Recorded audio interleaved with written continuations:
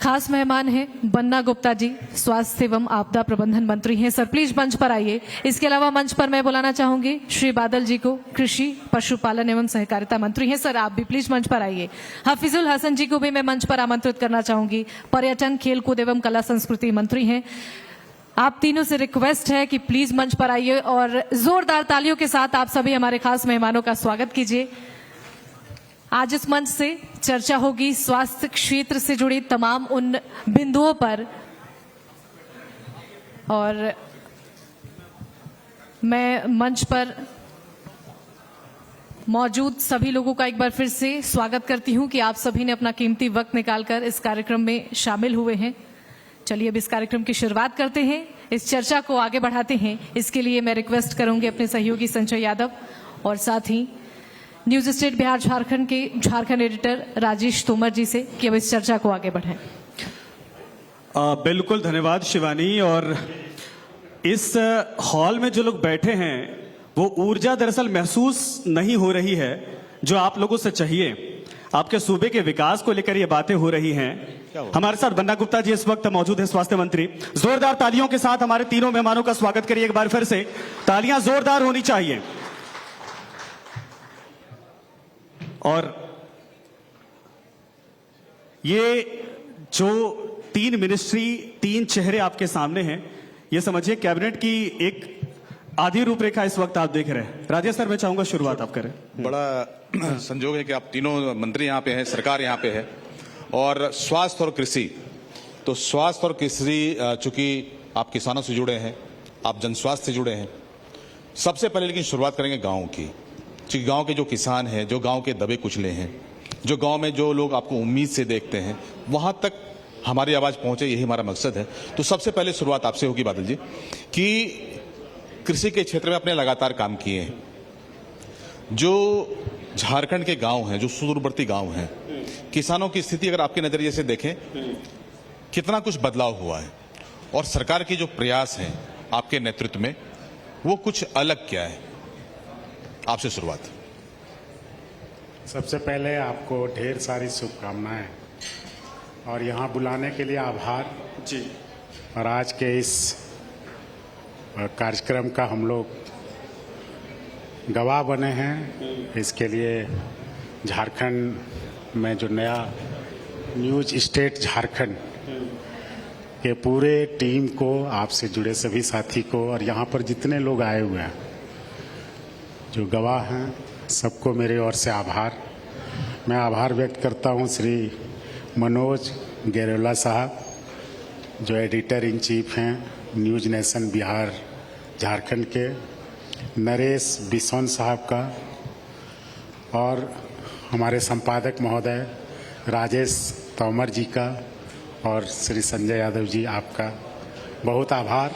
और उसके बाद जो सब्जेक्ट जिस पर आपने मुझे कहा है, मैं यही कहूँगा कि हम लोग गांव के लोग हैं और पार्टी के शीर्ष नेतृत्व और माननीय मुख्यमंत्री जी के विश्वास पात्र होने के नाते यह मौका झारखंड के राज्य के किसानों का सेवा करने का मुझे मिला। आप चीज़ों को डे फर्स्ट से देखेंगे तो कंपेयर करने पर ही रिजल्ट आएगा जी कि 14 से 19 गांव की क्या स्थिति थी और 19 से 24 जो आने वाला उसमें क्या परिस्थितियां बदली, क्या कुछ ऐड हुआ, क्या कुछ फैसिलिटी मिल रहा था जो इस गवर्नमेंट ने बंद कर दिया, या फिर जो फैसिलिटी नहीं था वो मिलना शुरू हुआ डे फर्स्ट से। और ख़ास करके किसान को, हमारी जिस पार्टी से हम आते हैं, जिस विचारधारा से हम आते हैं, हम लोग कभी वोट बैंक नहीं मानते उनको, एक अंग मानते हैं, परिवार मानते हैं और उसके सुख दुख के साथी होते हैं। तो डे फर्स्ट से जब हम लोग आए तो जो फ्लैगशिप हमारा स्कीम है कृषि ऋण माफी योजना जी, अब किसान गांव में जाएं तो कर्ज तले दबे हुए थे और उन्हें बैंक के दरवाजे उनके लिए बंद थे कि आपका ऋण है, आपने ऋण चुकाया नहीं।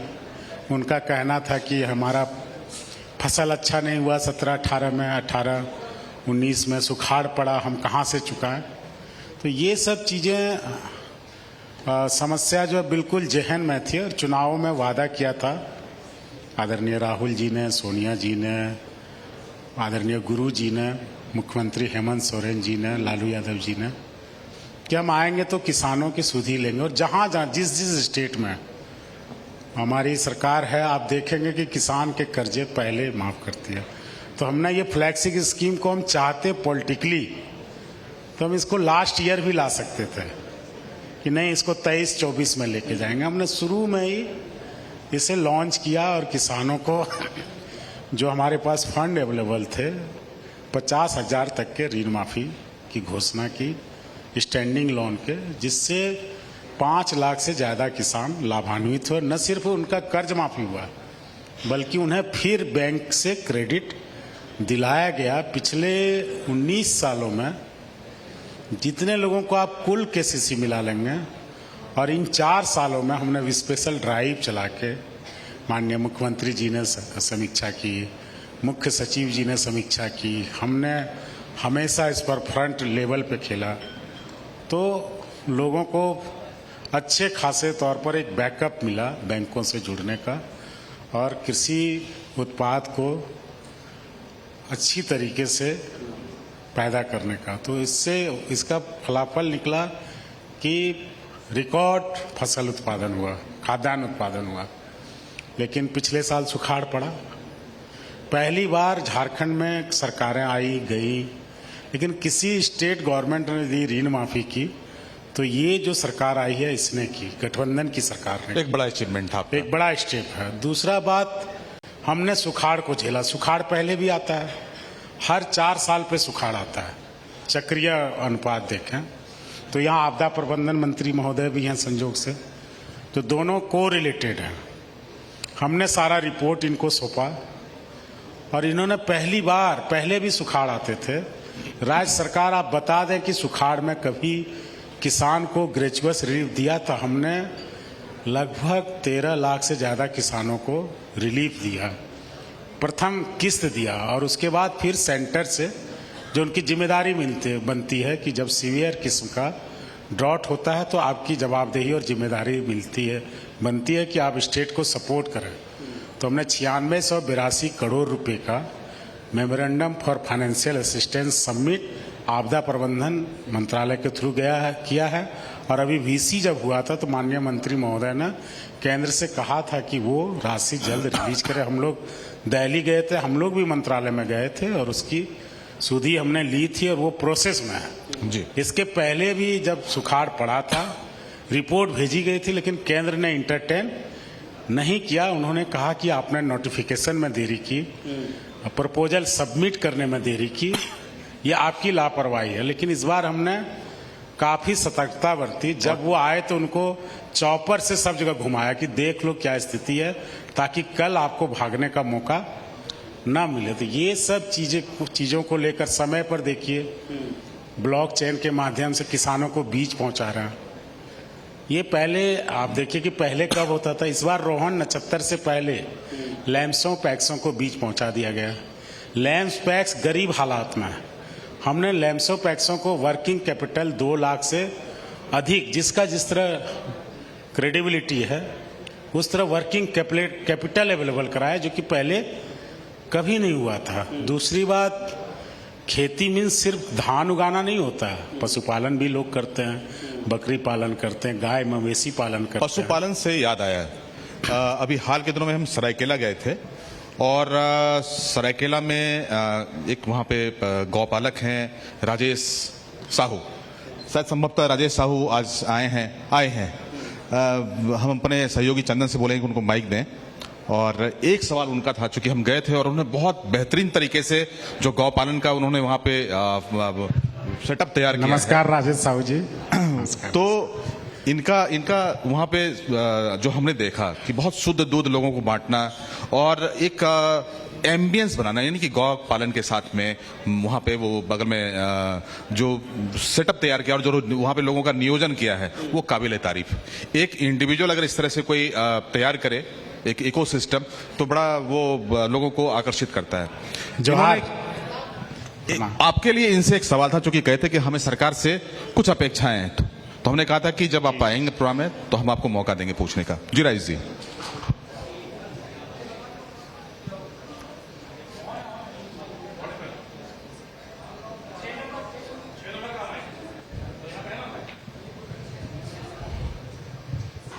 हेलो। हाँ चलो। पहले तो मंच में जितने बैठे हुए हैं सभी को सादर प्रणाम, और यहाँ जितने दर्शक हैं सबको सादर प्रणाम। मैं माननीय मुख्यमंत्री जी, हम एक गौपालक हैं और मुझे गाय का भी बहुत शौक है, और मेरे यहाँ लोकल में जितने भी ट्रेनिंग किसान आते हैं मेरे फार्म में ही आके वेटनरी डिपार्टमेंट से ट्रेनिंग के लिए कराते हुए हैं। तो झारखंड में सब ठीक है, लेकिन हम लोग का सबसे मेडिकल फैसिलिटी बहुत पुअर है। तो माननीय मुख्यमंत्री से मैं जरूर ये बोलना चाहता हूँ कि आप इस पर विशेष ध्यान दीजिए। जैसे पंजाब भेज कर किसानों को ट्रेनिंग दिलवाइए। पंजाब हम लोग से बहुत उन्नत है, यहाँ पर बहुत सारा इशू है जिसको कि हम लोग सरवाइव कर जाते हैं, जान नहीं पाते हैं। प्रेगनेंसी टेस्ट की कोई अच्छा लैब नहीं है वेटनरी में झारखंड का, जिससे गायों को इलाज करने में काफ़ी दिक्कत आती है। छोटे मोटे किसान तो इसके लिए बहुत परेशान भी हो जाते हैं, क्योंकि उनको जानकारी ही नहीं रहता कि गाय को क्या बीमारी है नहीं है।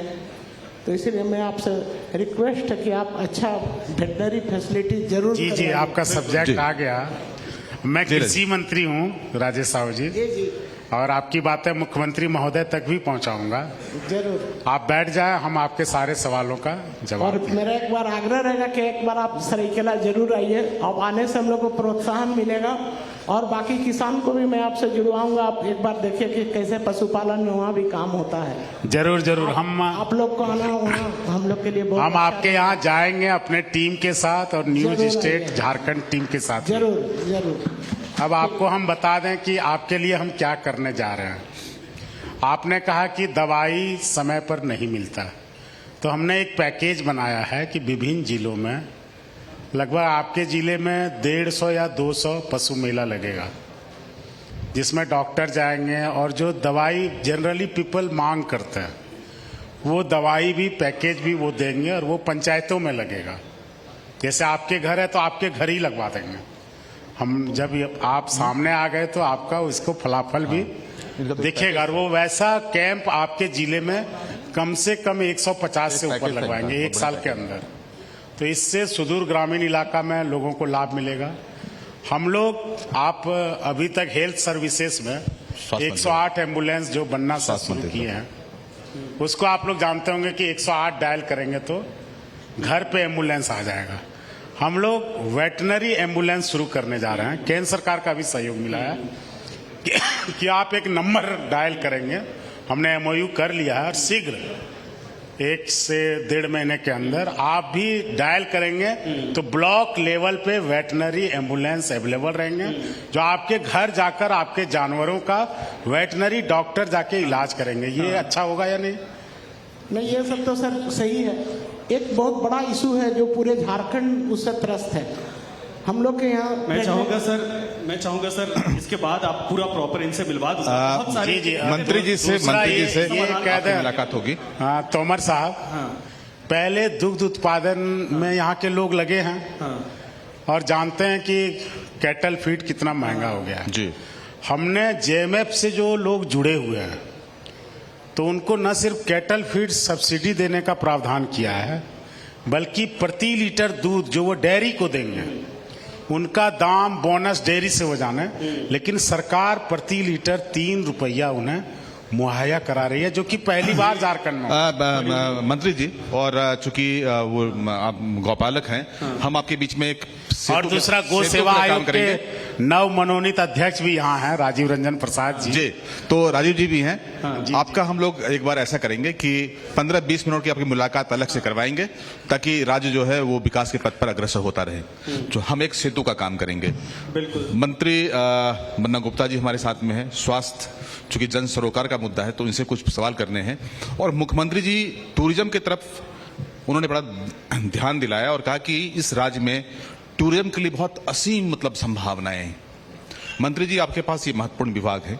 इसके अलावा झारखंड को स्पोर्ट्स का नर्सरी कहा जाता है, चाहे वो हॉकी हो, फुटबॉल हो। तो आपके पास इस राज्य में 2 महत्वपूर्ण पोर्टफोलियो हैं। खास तौर पे जो यहाँ के स्पोर्ट्समैन हैं, जो खिलाड़ी हैं, उनके लिए आप क्या पहल कर रहे हैं ताकि वो लगातार वो देश में खेलते हैं, ऊंचे मुकाम पे खेलते हैं, कई लोगों ने नाम रोशन किया है। जो और ब्रीड बचे उनके लिए क्या करेंगे और टूरिज्म के विकास के लिए क्या विजन है, बहुत संक्षेप में जानना चाहिए। सबसे पहले आज झारखंड कॉन्क्लेव में यहाँ न्यूज नेशन के चीफ एडिटर और चीफ मनोज जी,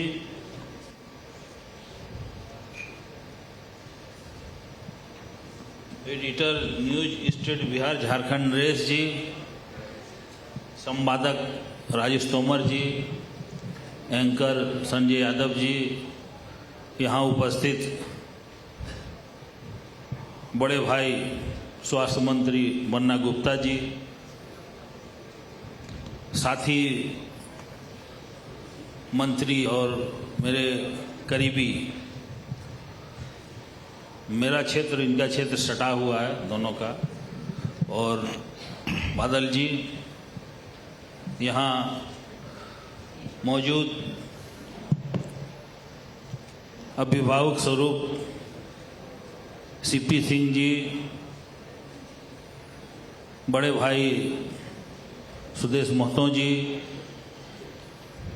राजेश कश्यप जी और तमाम यहाँ उपस्थित राज्यसभा सांसद महुआ मांझी जी, झारखंड मुक्ति मोर्चा के महासचिव और प्रवक्ता सुप्रिया भट्टाचार्य जी, उपस्थित तमाम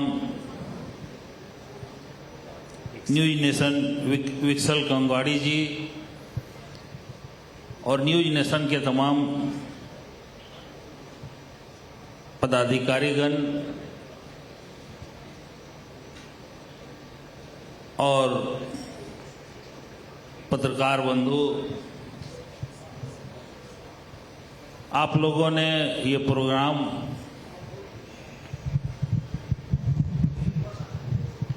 करके झारखंड के लिए एक नया संदेश देने के लिए और हमारी सरकार क्या कर रही है उस चीज़ के लिए आप लोगों ने हम लोग को यहाँ बुलाए हैं। माननीय मुख्यमंत्री हेमंत सोरेन जी भी आकर के यहाँ से गए। मेरे पास जो विभाग है, अल्पसंख्यक कल्याण है, पर्यटन विभाग है, खेलकूद युवा कार्य विभाग है, निबंधन है, कला संस्कृति विभाग है। खेल के बारे में जब हमारी सरकार 2019 दिसंबर में माननीय मुख्यमंत्री हेमंत सोरेन जी के नेतृत्व में बनी, उसके बाद ही सबसे पहले हम लोग जिला वाइज स्पोर्ट्स अफसर का बहाली कराए। करीब 40 खिलाड़ियों को हम लोग नौकरी दिए और अभी हम लोग क्षेत्र वाइज जिस क्षेत्र में जिस खेल को ज़्यादा रुचि देते हैं, जैसे खूंटी हुआ, सिमडेगा हुआ, गुमला एरिया में हॉकी का ज़्यादा प्रचलन है, संथाल परगना में फुटबॉल का ज़्यादा प्रचलन है, तो उसको हम लोग बढ़ावा दे रहे हैं। आज पंचायत से लेकर के राज्य तक हम लोग मुख्यमंत्री आमंत्रण कब कराए। एक सहाय योजना के तरफ जहां नक्सल प्रभावित क्षेत्र है 6 जिला, उसमें हम लोग अलग से फंडिंग करके लोगों को जोड़ रहे हैं खेल के प्रति। और आप देखे होंगे कि इससे पहले जो भी सरकार रही है उन्होंने खेल के प्रति उतना ध्यान नहीं दिया जितना हमारे मुख्यमंत्री जी खेल और पर्यटन के बारे में जागरूक हैं। हमेशा हमको बोलते हैं कि हाँ ये कराओ वो कराओ। और झारखंड एक ऐसा राज्य है जहां हर जिला में आपको चाहे धार्मिक पर्यटन स्थल हो, चाहे वाटरफॉल हो, चाहे पहाड़ हो, कुछ न कुछ है। लेकिन एक दिक्कत जो हम लोग को है वो है वन भूमि से।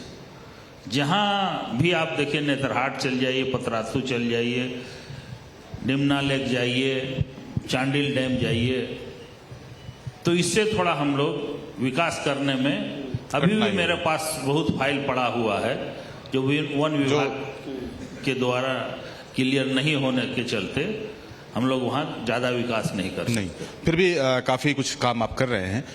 बन्ना जी, स्वास्थ्य की दिशा में अगर हम बात करें,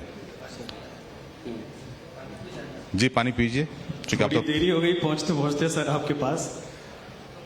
नहीं, बन्ना जी फिर कि स्वास्थ्य को लेकर जितनी चीजें हैं आपकी तरकश में सारी चीजें मिल जाए सर। बन्ना जी, ग्रामीण स्वास्थ्य, शहरी स्वास्थ्य और सबसे बड़ा इंस्टीट्यूशन जिसको लाइफलाइन कहते हैं, रिम्स, 3 चुनौतियां आपके पास हैं। तीनों पे अगर हम थोड़ा थोड़ा फोकस देना चाहें तो लोगों को क्या बताना चाहेंगे बतौर सरकार? सबसे पहले मैं न्यूज़ नेशन को बहुत धन्यवाद, आभार व्यक्त करता हूं। और ये पैनल डिस्कशन हो रहा है और आप सरकार की उपलब्धियों, सरकार की कार्यपद्धति, भविष्य के सरकार के सपने, सरकार के द्वारा उठाए जाने वाले कदम आदि आदि पर आपके सवाल हैं। हम इसमें इतना कह सकते हैं कि कोविड-19 ने, जब हमारी नई सरकार बनी तो लोगों में बहुत आशा विश्वास था, एक सोच थी कि नई सरकार बनी है, लेकिन सर मुड़ाते ओले पड़ गए और हम लोगों ने कोविड-19 के दंश को 2 साल तक झेला और परमपिता परमेश्वर की कृपा से हम सभी लोगों ने मिलकर उस दंश से झारखंड की जनता को निजात दिलाया। उसके बाद वो प्राकृतिक आपदा थी, एक आपदा हो गई मानवजनित आपदा ये हो गई कि भारतीय जनता पार्टी केंद्र की हमारी सरकार बैठी हुई थी। जब हमने कोविड से पाला छुड़ाया, लोगों को बचाया, तब हमारी भाजपा की सरकार ने, उसके पेट में दर्द हो गया। अभी तो बन्ना जी, जरा सुनिए तो उसके लिए पैनल बैठाना पड़ेगा। अरे भाई पैनल अब बैठाइएगा जो तो देखिए, हम मैं बता, अब देखिए, आप देखिए, अभिव्यक्ति की आजादी को आप नहीं छीन सकते हैं। आपने यदि बुलाया है तो अभिव्यक्ति की आजादी पर हमको बात करने दीजिए। मैं जानता हूं कि हमारे विद्वान आदरणीय लोग हैं, ये लोग जवाब भी देंगे जी।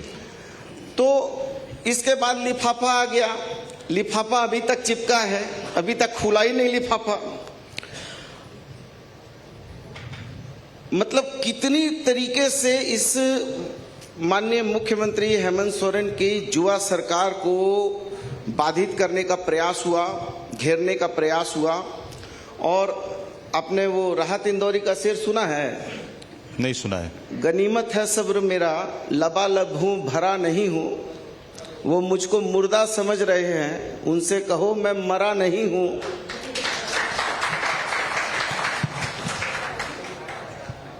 उनसे कहो कि मैं मरा नहीं हूं। और उनकी आदत है, वो कहते हैं कि मिटा दूंगा नस्ल तुम्हारी। उनकी आदत है डराने की, मेरी फितरत है मैं डरा नहीं हूं। तो लगातार इतना भय का माहौल, ईडी, इनकम टैक्स, सीबीआई, एक डेग बढ़े तो ईडी छापा, एक डेग बढ़े तो सीबीआई छापा। मतलब ये सर, भैया राजेश भाई बोलने तो दीजिए, इतना देरी तक छोटा भाई बोल लिया, ये बोल लिया।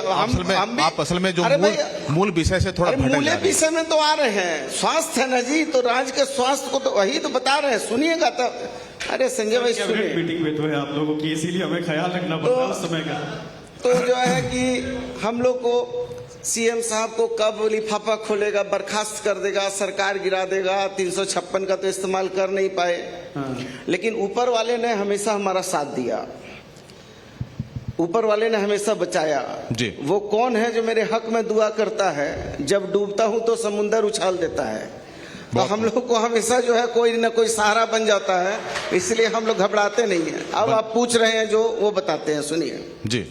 राज्य में डबल इंजन की सरकार थी, राज्य में एक भी आरटीपीसीआर लैब नहीं था। राज्य में डबल इंजन की सरकार थी, एक भी कोवास 6800 मशीन नहीं थी।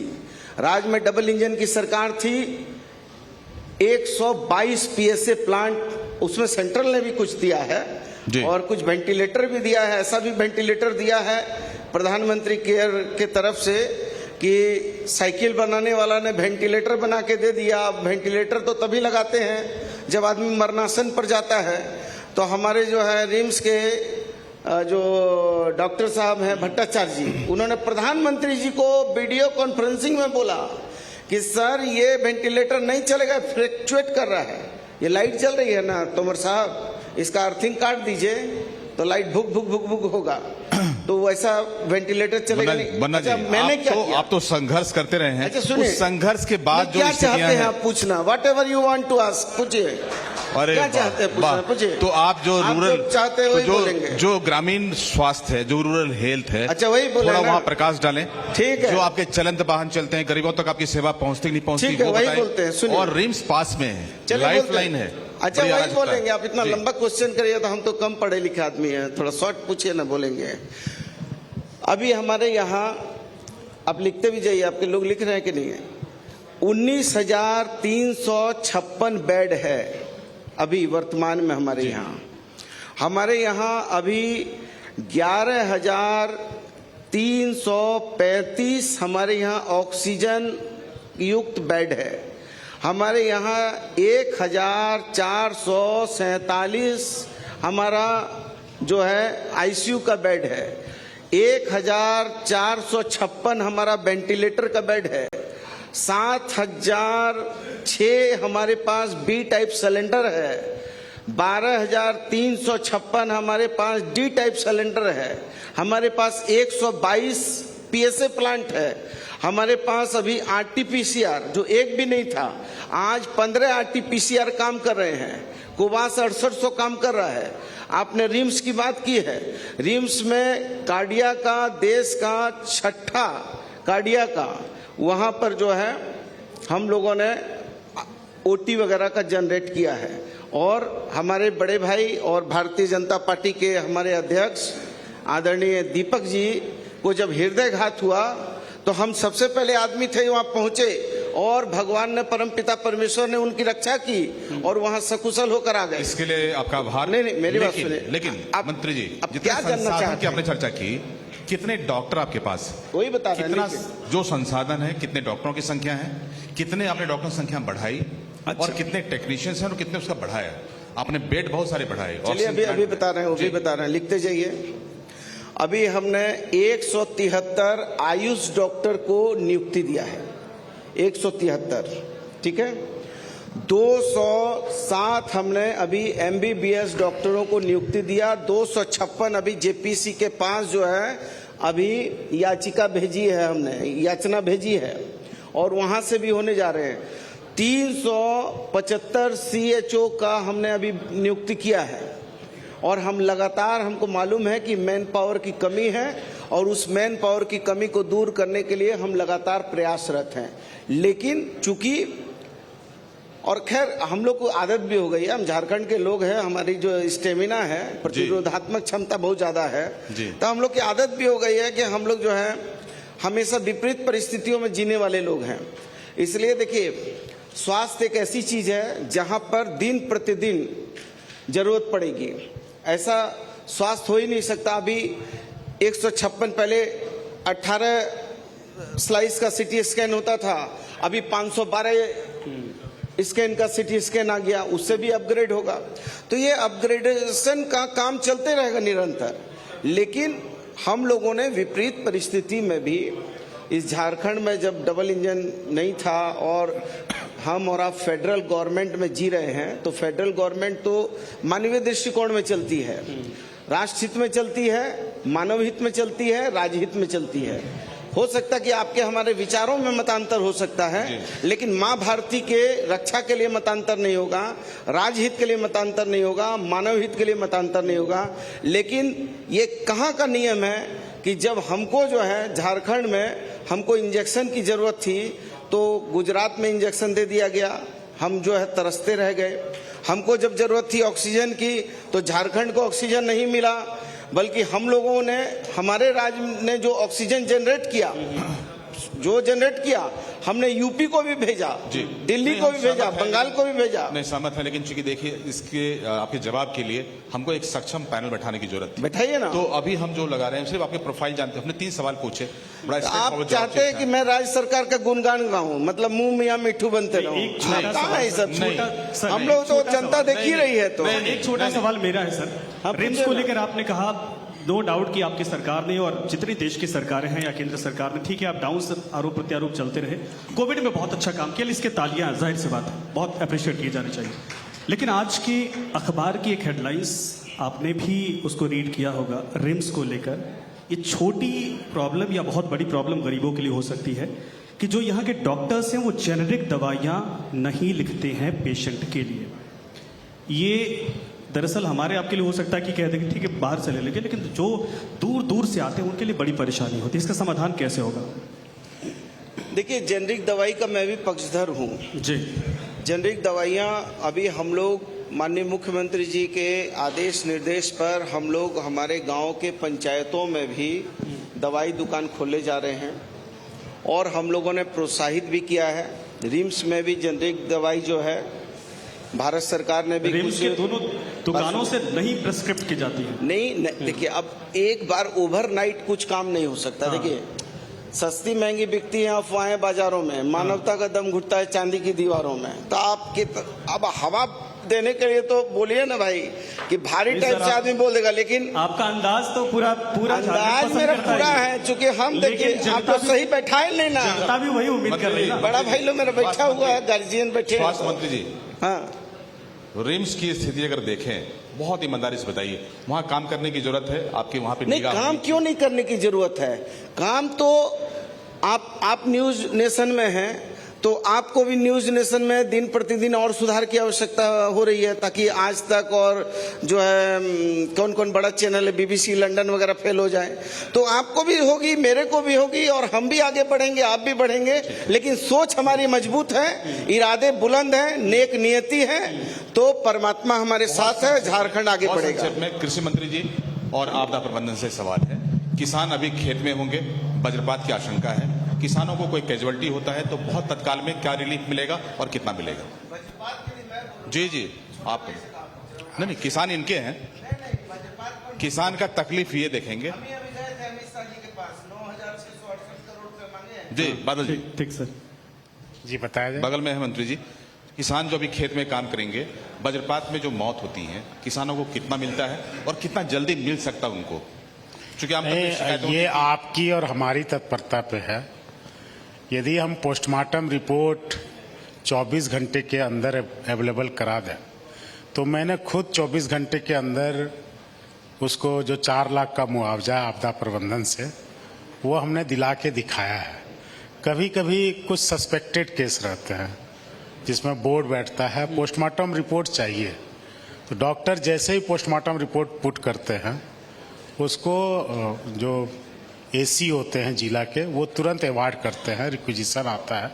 जनप्रतिनिधियों को इसमें संवेदनशील होना पड़ता है, इसको फॉलो करना पड़ता है, और ये तुरंत अवेलेबल हो जाता है। यहाँ कहीं कोई दिक्कत नहीं। हाँ, कहीं कहीं किसी जिले से शिकायत आती है तो हम उसको खुद लाइन अप करते हैं। संजोग से स्वास्थ्य मंत्री भी यहाँ पे हैं और किसानों को रिलीफ वाली, और चूंकि बारिश के नहीं, इन्होंने सभी जगह, बारिश के समय में कैजुअलिटी कुछ ज्यादा होता है। इनको मैं धन्यवाद देना चाहूंगा।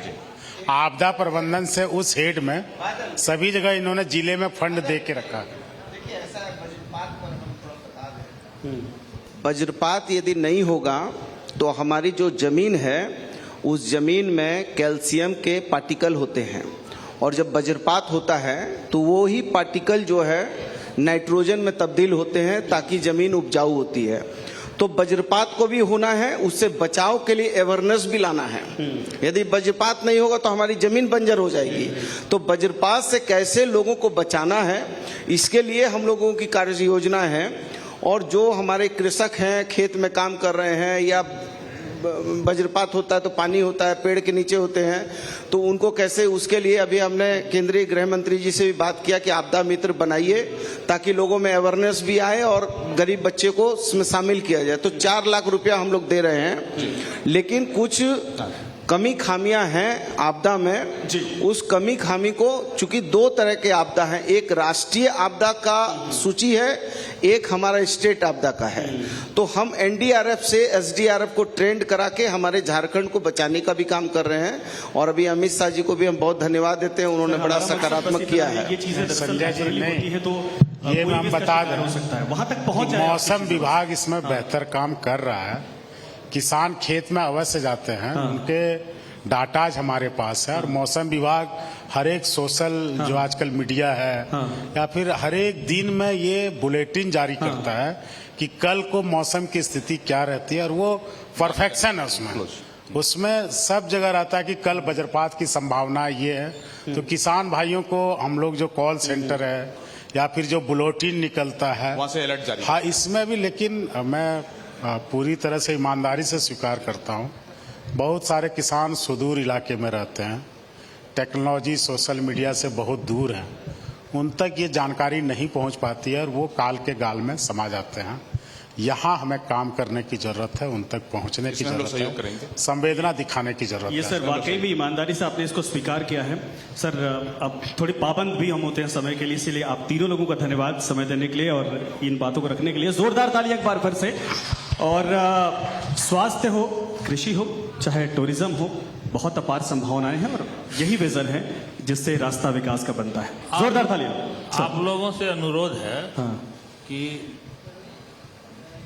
जिस तरह झारखंड में पर्यटन का स्थल है जहाँ जहाँ, उसको भी आप लोग हाईलाइट कीजिए। कम से कम हफ्ता में एक दिन, चाहे बाबा बासुकीनाथ हो, बैजनाथ धाम हो, या देवड़ी मंदिर हो, बहुत नेतरहाट है, पतरातू है, उसको हाईलाइट कीजिएगा। क्या कि पर्यटन ऐसा है कि जो दिखेगा वही बिकेगा। बिल्कुल बिल्कुल। तो सुबह सुबह जो बाबा धाम में इस बार सावन में शुरू होगा, सुबह का आरती हम लोग दिखाएंगे, ठीक, प्रतिदिन। और जहाँ है, जहाँ और पर्यटक स्थल बहुत है कि कैसे हम लोग पर्यटक को आकर्षित यहाँ बाबा कर धाम आपका बहुत फेमस है। अभी पिछला दिनों एक हुआ था, झारखंड नहीं देखा तो क्या देखा सर। कार्यक्रम हुआ। ये रिस्पॉन्सिबिलिटी हम लोगों ने खुद उठाई है। बहुत जल्दी हमारा कार्यक्रम आने वाला है, मोस्टली 20 मिनट का हर रोज टूरिज्म को लेकर। मॉर्निंग में, सुबह में बाबा का वो दर्शन एक करवाएंगे। प्रोग्राम आएगा और पूरे हम लोग हिंदुस्तान को अपने तरफ से, हम लोग अपने तरफ से भी कर रहे हैं, विभाग के तरफ से भी प्रचार कर रहे हैं, लेकिन जितना भी चैनल है सबको हम रिक्वेस्ट करते हैं कि आप लोग पर्यटन के क्षेत्र में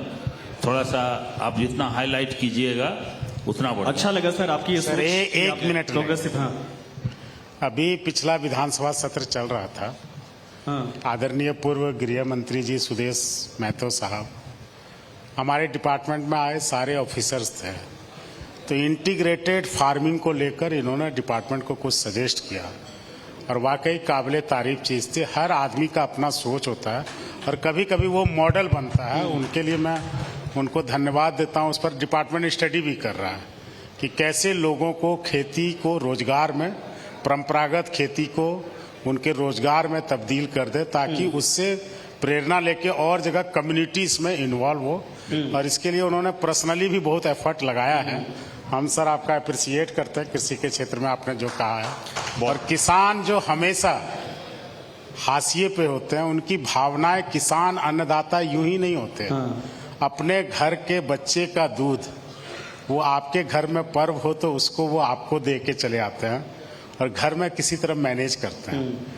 और किसानों की अवस्था, किसी कवि ने कहा है कि टपकती है छत उनके कच्चे मकान की, फिर भी बारिश हो, ये ख्वाहिश होती है किसान की। तो उन अन्नदाता के लिए हम सबको करने की जरूरत है, हम सबको जुटने की जरूरत है। ठीक है सर, धन्यवाद आप तीनों लोगों का। जाहिर सी बात है कि आपने समय दिया और बहुत सारी चीजें हैं जो पूरे राज्य की जनता ने सुना भी। जोरदार तालियां एक बार फिर से, तालियां बजनी चाहिए, जोरदार तालियां।